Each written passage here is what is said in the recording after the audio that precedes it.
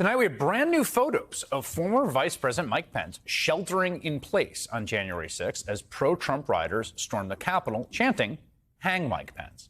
You can see in this photo his wife, Karen, there, who, again, was with Pence that day in the Capitol, pulling the curtains shut so the mob outside cannot spot them.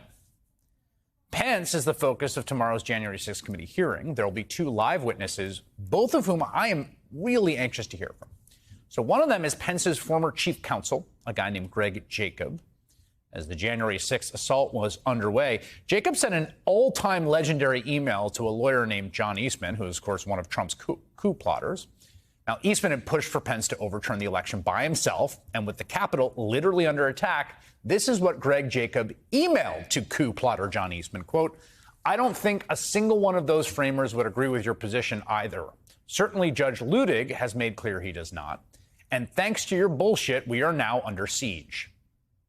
Now, the other witness is the man that Jacob mentioned in that email, former federal judge Michael Luttig. And for all the retroactive reputation brandishing and CYA that many of the people around Trump attempt to do in their depositions, Luttig is one person that really truly deserves accolades and credit for standing up when it counted most. Luttig was a star in the conservative legal world for many years. He worked in George H.W. Bush's Department of Justice, where, according to NPR, quote, he served as the behind-the-scenes maestro for the Bush administration during the controversial Clarence Thomas confirmation hearings in 1991. He then went on to be named a federal judge, Republican president, and was on the short list for a Supreme Court seat. Many conservative lawyers through the years clerked for him. He was what's called a feeder judge. His clerks would go on to the Supreme Court and on to big legal greatness, and they include Senator Ted Cruz and the aforementioned John Eastman, author of the coup memo. He clerked for Luttig before he clerked for Clarence Thomas. According to Luttig, the day before the insurrection, the vice president's outside counsel asked Luttig to publicly state Pence could not reject electoral votes, leading Luttig to tweet, quote, "The Constitution does not empower the vice president to alter in any way the votes that have been cast, either by rejecting certain of them or otherwise." There's real reason to believe what Luttig wrote is what pushed Pence over the top. So I cannot wait to hear what he has to say tomorrow.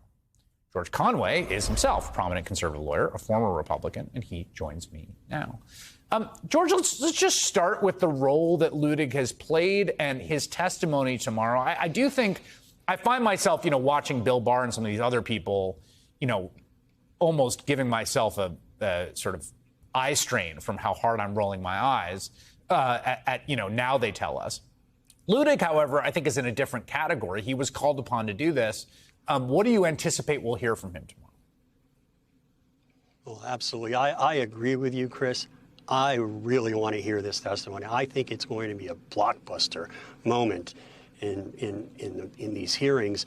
And the reason is that Mike Luttig was a conservative judicial icon. I mean, he was, leaving apart the people on the Supreme Court, he was the judge that really all young conservative lawyers really looked up to. They wanted to clerk for him. Most of his law clerks went on to clerk for the Supreme Court, as you mentioned, and most of those law clerks that went to the Supreme Court clerked for Justice Scalia and Justice Thomas. And Luttig himself was one of Justice Scalia's earliest law clerks when Justice Scalia was on the Court of Appeals. And if you took a poll, I mean, he was on the short list in the mid-2000s for the Supreme Court under the second Bush administration. And I think if you, frankly, and I've been a member of I know some people watching this will now turn off the TV, but I've been a member of the Third Federalist Society for 37 years. And if you poll members of the Federalist Society in 2005 about who they would have preferred on the Supreme Court, it was Mike Luttig. Yeah. And I think Luttig has very strong feelings. I've heard him express them privately. I've seen it publicly in the New York Times. I've heard it on podcasts. And he feels so strongly that what happened on January 6th was an attempted coup, and that we came very close to losing democracy and the rule of law that day. And not only that, he feels that we are still at risk for 2024. Yeah, and your point there, I mean, I really think, in the end, so many different things were brought to bear to save us from the worst possible outcome. But I do think this is someone who had tremendous gravitas, authority, institutional respect, like it being him, not just anyone, but it was him, right. saying it publicly. That's why Pence went to him. That's why Pence went to him.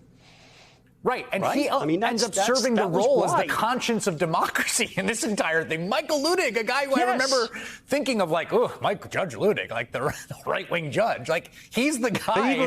He believes in the rule of law, and that's the key point. He believes in the rule of law and believes in democracy and believes that if you lose an election, you lose an election. And framers intended that if you lose an election, you cooperate and do the best thing for the country. He puts his country above politics. He puts the Constitution above party. He is a principled man and a brilliant man and one of the great judges, I think, of our generation.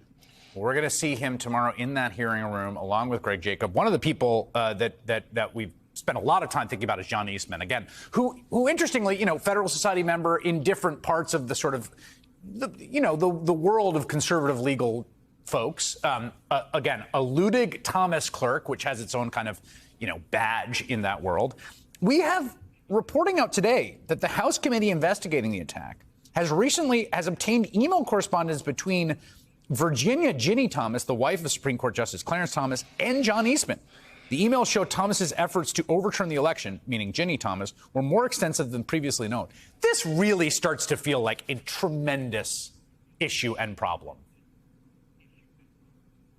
It's certainly very discomforting for those of us who watch the Supreme Court that the closer that she gets to this, the more uncomfortable we have to be about Justice Thomas's participation in anything relating to January 6th.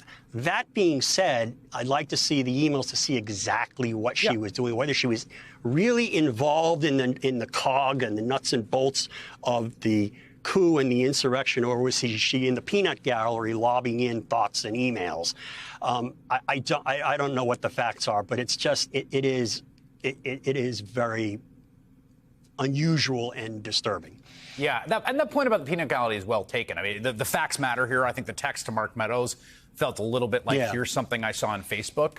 The proactive emails to the Arizona legislators felt much more like, here I am taking an active role. We're connected to you through your clerking for my husband, et cetera. So we'll, I think, see those emails at some point. George Conway, thanks so much for making time. I appreciate it.